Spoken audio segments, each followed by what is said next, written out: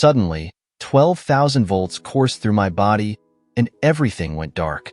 When I opened my eyes, I wasn't dead or alive, but floating in infinite darkness.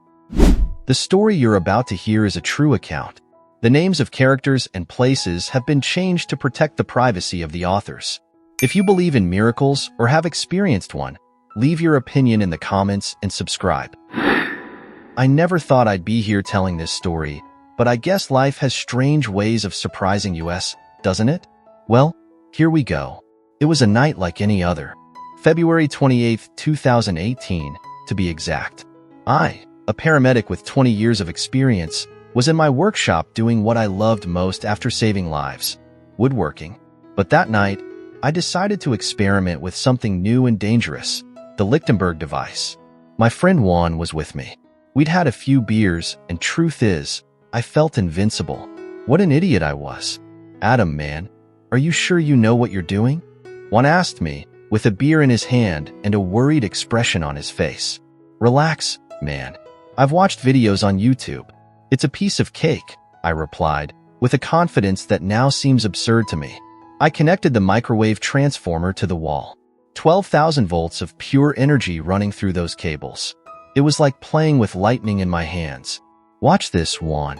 It's going to be fucking awesome, I said, bringing the electrodes closer to the wood. That's when everything went to hell. In a second, an electrical arc jumped and hit my hands. The pain, dear God, the pain. It was as if every cell in my body was being torn apart. My vision filled with green cylinders, as if I was seeing the Matrix or something. Adam, Adam. I heard one scream, but it sounded so distant. It was like being underwater. I tried to speak, to tell him I was okay, but my body wouldn't respond. I felt like I was falling, and falling endlessly. And then, suddenly, everything turned black. The last thing I remember before losing consciousness was the smell of burning flesh. My own flesh. Damn it, Adam. Don't die on me, you bastard. Juan's voice was a distant echo as I sank into darkness. I don't know how much time passed. It could have been seconds or an eternity. But when I became conscious again, I wasn't in my workshop anymore. I wasn't anywhere I could recognize. It was absolute void, a darkness so deep it seemed to have weight. But at the same time, there was a peace I had never experienced before. I felt no fear, no pain, no worry. I simply was. I floated in that void, without body, without form. I was pure consciousness. And then, I started seeing lights. Small, distant, like stars in the deepest space. Am I dead? I thought. But even that thought seemed distant, as if it wasn't really mine. And just when I was starting to get used to this new reality, I felt a pull. Something was dragging me back. I didn't want to go. I wanted to stay in that perfect peace. But the pull got stronger. And with it, the pain returned. Clear. I heard a voice shout, and my body convulsed with brutal force. I was back in my body, and every nerve was screaming in agony. I wanted to go back to the void, to the peace. But life wasn't going to let me go so easily. Again. Charging, shouted another voice. And so began my fight to return to life. A fight that, honestly, I wasn't sure I wanted to win. After that second shock, I sank back into darkness. But this time, it was different. I wasn't falling anymore. It was as if I had arrived. I don't know how to explain it with words. How do you describe something that's beyond any human experience? But I'll try, because I think it's important for people to know what's on the other side. I found myself in an absolute void. There was no up or down, left or right. I had no body. I wasn't Adam Tapp. I was everything and nothing at the same time. A pure consciousness floating in immensity. Where am I? I thought, though not with words. It was more like a sensation, a curiosity emanating from my being. And then, I saw them. Lights. Thousands, millions of lights twinkling in the distance. Like stars, but more alive, more conscious. Each one seemed to call to me, inviting me to come closer. As I observed these lights, I began to feel a peace I had never experienced in my life. All my fears, my worries, my pain, everything vanished. It was as if I had finally come home after a long journey. This is death, I thought. And it's beautiful. I don't know how long I spent in that state. It could have been a second or an eternity. Time had no meaning there. But then, something changed. A frequency, a vibration began to envelop me. It was as if the void itself was singing. And with that vibration came the colors. Fractal patterns of indescribable beauty began to form around me. It was like watching the birth of the universe, creation itself unfolding before my eyes, if I still had eyes. What is this? I wondered, amazed. And then, I understood. Not with words, but with a deep understanding that resonated in every fiber of my being. This was the source, the origin of everything, the infinite consciousness that we're all part of.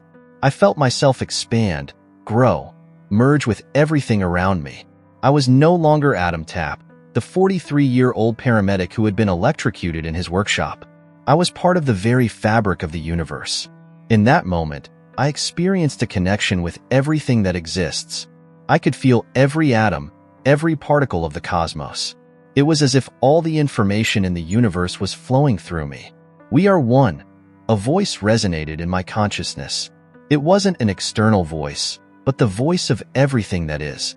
Tears of joy, if I could still cry, flowed from my being. For the first time in my life, I understood. I understood the purpose of existence, the meaning of life and death. Everything was part of an infinite cycle, a cosmic dance of creation and destruction. This is home, I thought. This is where I belong. But just when I thought I would stay there forever, merged with the all, I felt a pull. Something was calling me back. No, I wanted to scream. I don't want to go. I want to stay here. The pull got stronger. The colors began to fade. The connection with everything started to weaken. Please, I begged the infinite consciousness. Let me stay. But the answer I received wasn't in words, but a sensation of unconditional love and understanding. It wasn't my time. I had to go back. As I felt myself moving away from that state of unity, one last revelation hit me. This wasn't the end. Someday, when it was really my time, I would return to this place. And this time, it would be forever. With that promise etched in my soul, I felt myself being dragged back to reality. The pain returned, intense and overwhelming. I heard distant voices, beeping machines. "We got him," someone shouted. "He has a pulse." I opened my eyes, blinded by the bright lights of the emergency room. A doctor's worried face loomed over me. "Welcome back, Mr. Tapp," he said. "That was a close one." I wanted to tell him he didn't understand, that he had torn me away from paradise. But my throat was dry and sore. All I could do was close my eyes and cry. I had returned, but I was no longer the same Adam Tapp who had been electrocuted in his workshop. I had seen the other side, and that experience would change me forever. Coming back to life was like being born again, but without the innocence and ignorance of a newborn. It was a brutal, painful, and confusing process that made me wish I had remained in that state of infinite peace. "Clear!" shouted a voice, and my body shook violently. The pain was indescribable. Every nerve in my body seemed to be on fire. It was like being electrocuted again, over and over. I wanted to scream, but my throat was paralyzed. I wanted to move, but my body wouldn't respond. Still no pulse. Charging again. I heard someone shout. At that moment, I realized I was trapped between two worlds. Part of me was still in that place of peace and light, while another part struggled to return to my body. It was like being split in two, and both halves were suffering. "Please," I tried to say, but no sound came from my mouth. "Please, let me go." But no one could hear me. I was alone in my agony while the doctors fought to bring me back. "Again," someone shouted, and I felt another shock course through my body. With each shock, the memories of that peaceful place faded a little more. It was like trying to hold on to a dream that slips through your fingers. I wanted to cry, scream, beg them to let me go back, but I was trapped in a body that wouldn't respond. "We've got rhythm," exclaimed a female voice. "He's coming back." And so I was. Gradually, I became more aware of my body. The pain was overwhelming, but at least I could feel. My fingers, my arms, my legs, everything hurt, but it was there. I tried to open my eyes, but the light was too intense. It was like looking directly at the sun. I closed them immediately, feeling tears running down my cheeks. "Mr. Tapp, can you hear me?" asked a nearby voice. "If you can hear me, squeeze my hand." I felt a hand taking mine. With all the effort in the world, I managed to squeeze slightly. "Good. He's responding," said the voice. "Mr. Tapp, you've suffered a severe electrical shock. You're in the hospital. We're going to take care of you." Hospital. The word echoed in my mind like a distant echo. How had I gotten here? The memories began to return slowly. The workshop, the Lichtenberg device, Juan, J. Juan.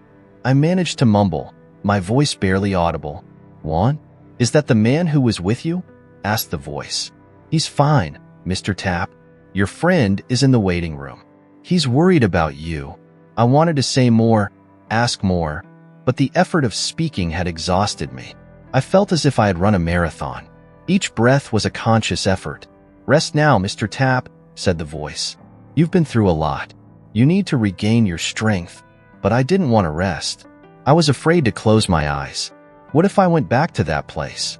What if I couldn't return this time? Panic began to take hold of me. "And no," I mumbled.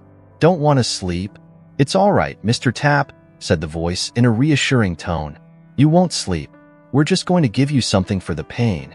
It will keep you awake, but you'll feel better." I felt a prick in my arm, and gradually, the pain began to diminish. It didn't disappear completely, but it became more tolerable. With the relief from pain, my mind began to clear a bit. Slowly, I opened my eyes again. This time, the light wasn't so blinding. I could make out blurry shapes around me.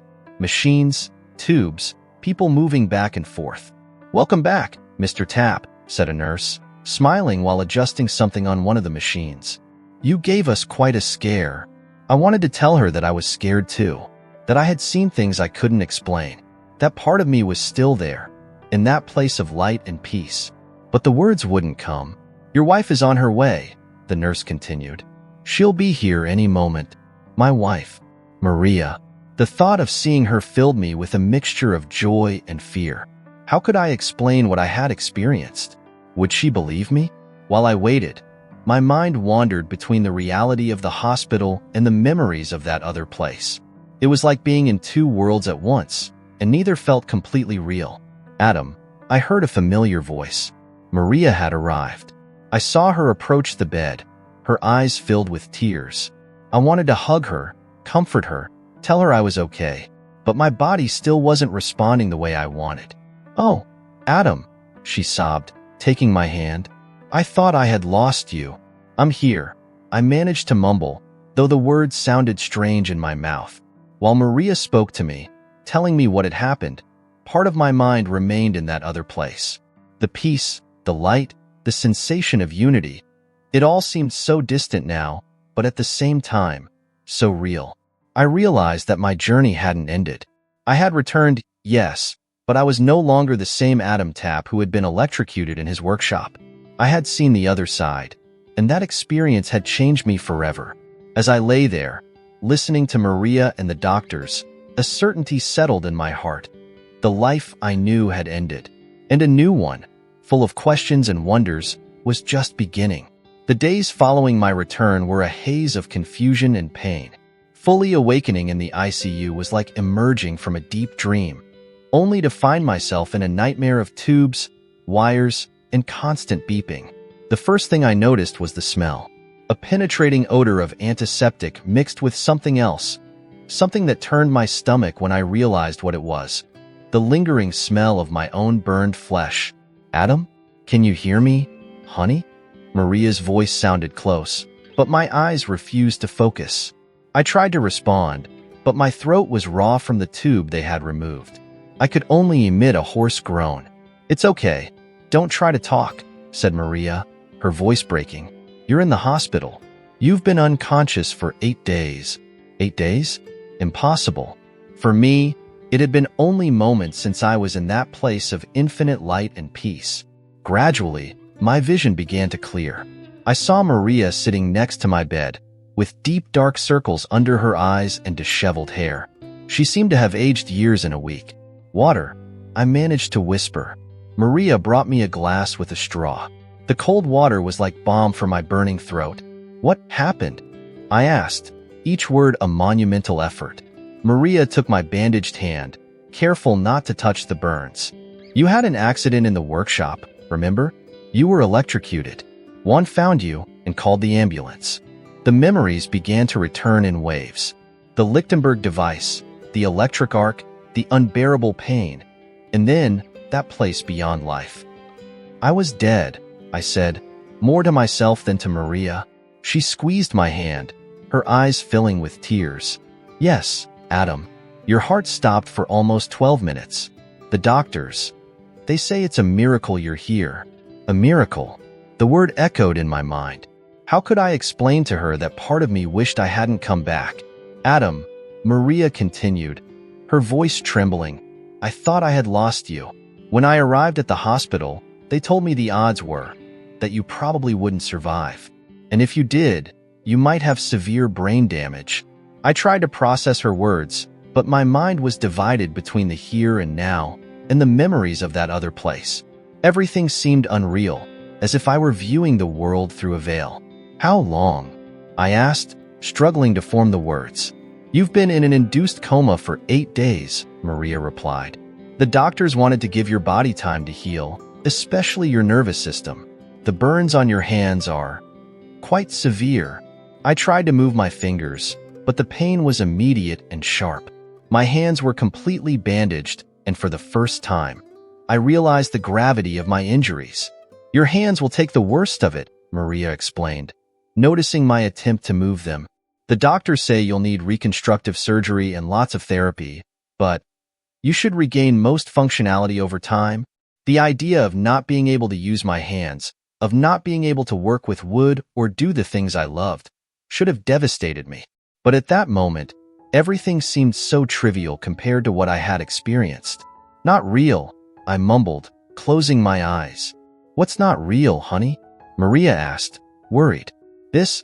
All of this, I replied, opening my eyes and looking around the room. It feels like a dream. Maria looked at me with a mixture of confusion and concern. Adam, you're here. You're alive. This is real. But I knew the truth. I had experienced a much deeper reality, truer than this world of pain and physical limitations. The following days were a whirlwind of medical examinations, specialist visits, and therapy sessions. Each test confirmed what the doctors called a miracle. There was no detectable brain damage. My organs were functioning normally, and apart from the burns on my hands and some nerve damage, I was in surprisingly good condition for someone who had been technically dead for so long. But while my body recovered, my mind struggled to reconcile two seemingly incompatible realities. On one side was the physical world, with its pain, limitations, and chaos. On the other, the memories of that place of infinite peace and cosmic unity. Adam, are you listening? My doctor's voice pulled me from my thoughts. Sorry, what were you saying? I asked, trying to focus on the here and now. Dr. Ramirez, a neurologist with years of experience, looked at me with a mixture of curiosity and concern. I was saying that your results are amazing. Your recovery is progressing much faster than we expected. However, I'm concerned about your disconnection? Disconnection? I repeated, though I knew exactly what he meant. Yes, the doctor continued. You seem absent most of the time. Have you considered talking to our psychologist? It's common for patients who have had near-death experiences to have difficulties readjusting. Near-death experience. The word seemed so inadequate to describe what I had lived through. It hadn't been near death. I had been dead. I had experienced something beyond life and death. I don't think a psychologist can help me, doctor. I responded honestly. What I experienced. There are no words to describe it. Dr. Ramirez nodded understandingly. I understand this must be difficult to process. But remember, Adam, you're here now. You have a second chance at life. It's important that you focus on your recovery and reconnecting with your family and friends. His words, though well-intentioned, only underscored how much the world didn't understand. How could I explain to them that this second chance felt more like a sentence than a gift? As the doctor continued talking about my recovery plan, My mind wandered back to that place of light. Had it been real? Or was it just a product of my oxygen-deprived brain? But deep in my being, I knew the truth. What I had experienced was more real than anything in this physical world. And so, while my body healed and the doctors celebrated my miraculous recovery, I struggled with a divided reality. Part of me was grateful to be alive, to be able to see Maria and my loved ones. But another part yearned to return to that state of cosmic unity, where pain, fear, and limitations didn't exist. My awakening hadn't been just physical. It had been an awakening to a new reality, one that I would have to learn to navigate in the days, weeks, and years to come. And as I lay in that hospital bed, surrounded by beeping and the smell of antiseptic, I realized that my true journey was just beginning. Days turned into weeks, and weeks into months. Gradually, my body healed. The burns on my hands began to scar, though the doctors warned me the scars would be permanent. A constant reminder of my journey to the other side. But while my body recovered, my mind remained trapped between two worlds. The physical world, with its vibrant colors, intense smells, and rough textures, felt like an exaggerated version of reality. It was as if someone had turned up the volume and contrast on everything around me. "Adam, would you like to try some soup?" Maria asked one day, bringing me a steaming bowl. The smell hit me like a wave, intense and overwhelming. I could distinguish every ingredient: the chicken broth, carrots, celery, even a pinch of pepper. It was too much. "No, I can't," I mumbled, turning my face away. Maria sighed, setting the bowl aside. "Adam, you have to eat. You've lost a lot of weight." I knew she was right, but the idea of facing that explosion of flavors terrified me. Everything was too intense, too real. "This isn't real," I repeated, as I had done so many times in the past weeks. Maria looked at me, her eyes full of worry and frustration. "Adam, please. Of course it's real. You're here, you're alive." I wanted to explain to her, make her understand what I had experienced. But how could I put into words something that was beyond human language? "You don't understand," I said, my voice barely a whisper. I've felt something that makes all of this seem like a shadow, a pale imitation of true existence." Maria took my bandaged hand, careful not to press too hard. "Adam, I know you've been through something I can't imagine, but you're here now, with me, with our daughter. That's what matters."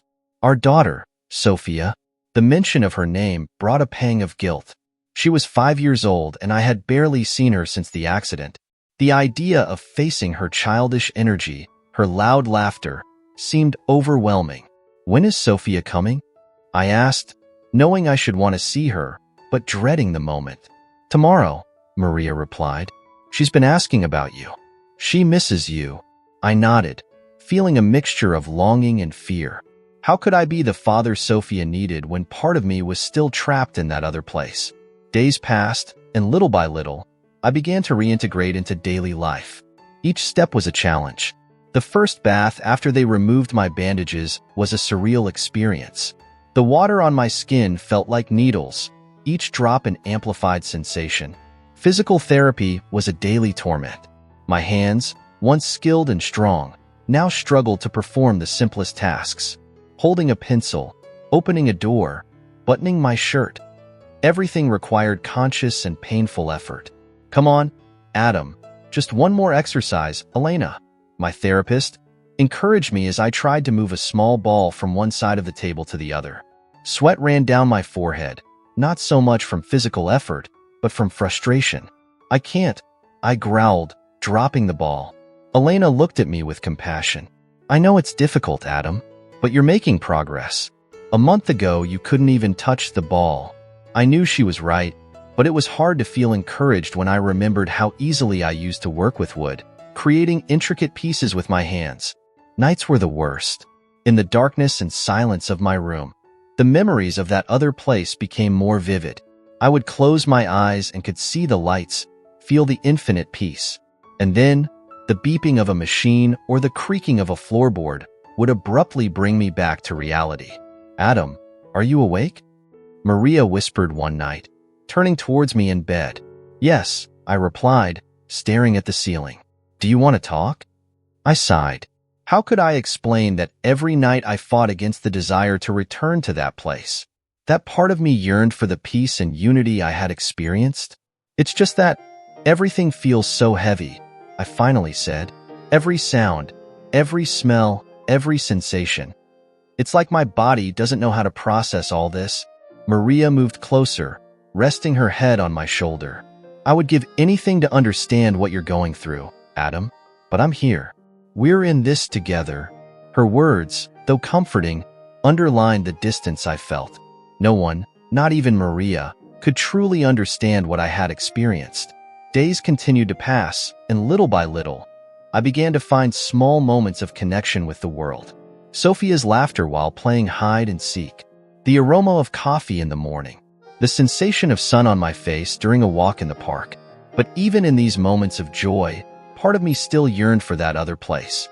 It was like living with one foot in each world, not fully belonging to either. One afternoon, while trying to carve a small piece of wood, a task that would have been simple before and now required all my concentration, Sophia came running into my workshop. Dad, look what I drew, she shouted, waving a colorful paper. The sudden noise startled me, and the knife slipped, cutting my finger. A bright drop of blood fell onto the wood. Adam, exclaimed Maria, who had followed Sophia. Are you okay? I looked at the blood, fascinated by its intense color. In that moment, something clicked in my mind. This blood, this pain, this life, it was real. Different from what I had experienced in the beyond, yes, but equally valid and precious. I'm fine, I said, surprised by the calmness in my voice. Sophia, show me your drawing.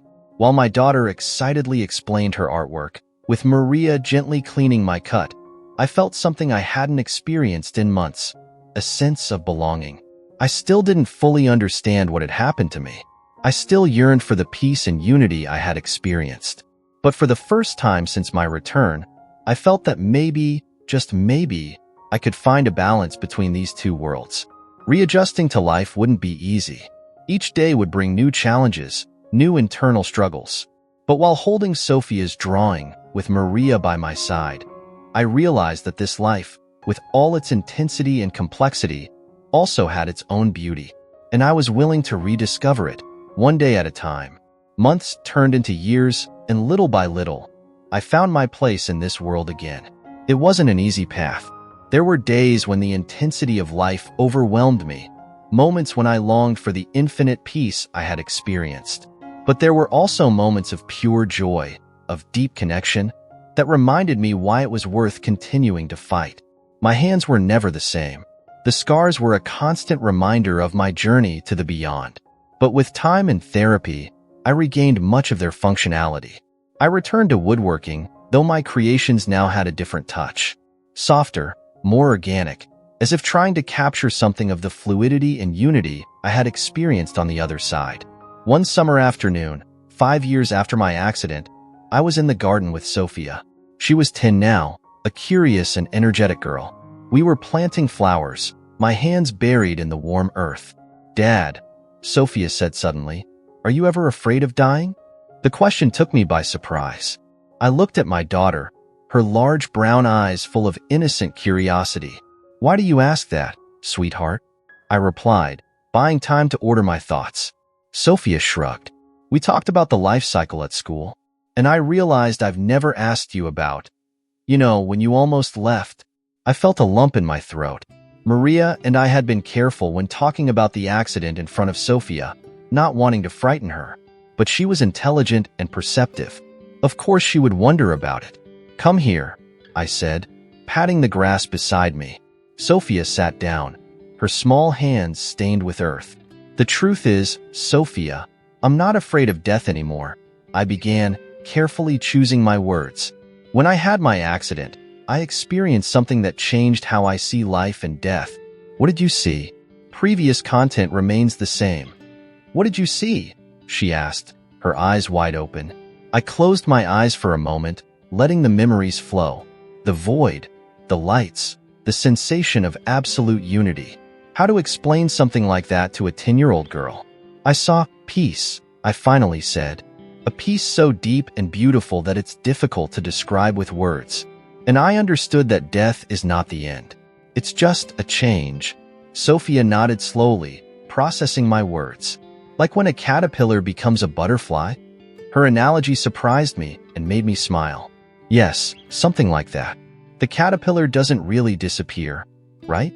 It transforms into something beautiful and free. But butterflies die too, said Sophia, frowning. That's true, I replied. But what I learned is that everything is part of a much bigger cycle. Energy, consciousness, they don't disappear. They transform. As I spoke, I felt something changing within me. It was as if all the scattered pieces of my experience were finally fitting together. You know, Sophia, for a long time after my accident, I felt divided. As if part of me wanted to return to that place of peace, and another part struggled to stay here, with you and Mom. Sophia took my hand, her small fingers gently tracing the scars. And now, I looked around. The garden was full of life. Butterflies and bees flew from flower to flower. The sun warmed my skin. In the distance, I could hear Maria humming in the kitchen. And here was Sophia, my little girl, looking at me with love and curiosity. Suddenly, everything made sense. The revelation hit me with such force that I felt tears in my eyes. Now I understand, I said softly. Death is not the end. It's just the beginning of something wonderful. But life, Sophia, life is just as wonderful. I realized I had been looking for that peace, that unity, in the wrong place. It wasn't just in that other side. It was here, in every moment, in every breath. Life is a gift, I continued, feeling each word with a clarity I had never experienced before. Each day, each moment is an opportunity to experience love, beauty, connection. It's as if the whole universe were contained in a single instant. Sophia watched me, her eyes shining. I wasn't sure how much she understood, but I felt my words resonated with her somehow. So, you're not sad? She asked. I smiled, feeling a peace that rivaled what I had experienced in the beyond. No, sweetheart, I'm not sad. I'm grateful for every moment I have here, with you, with Mom, with everything around us. At that moment, a butterfly landed on the flower we had just planted. Its wings, a bright blue, opened and closed slowly. Look, Dad, Sophia whispered, pointing to the butterfly. It's beautiful, isn't it? I said, marveling at the perfection of this small being. Yes, Sophia replied. And then, with wisdom beyond her years, she added, I think I understand what you mean, Dad. About life being a gift. I hugged her, feeling her small, warm body against mine. In that embrace, in that perfect moment, I felt that everything was in its place. The division I had felt for so long vanished. I understood that my near-death experience hadn't been the end of a journey, but the beginning of a new one. A journey to rediscover the magic and miracle of life itself. To see the extraordinary in the ordinary. To feel the connection with everything and everyone in every moment. The fear of death had disappeared, replaced by a deep understanding that we are part of something much bigger. And that, perhaps, was the most important lesson my journey to the beyond had taught me. As Sophia and I continued working in the garden, I felt a peace that rivaled what I had experienced on the other side. But this peace was different. It was a peace rooted in the here and now, in the earth under my hands, in my daughter's laughter, in the buzzing of bees and the singing of birds. I had touched infinity and come back to tell the story.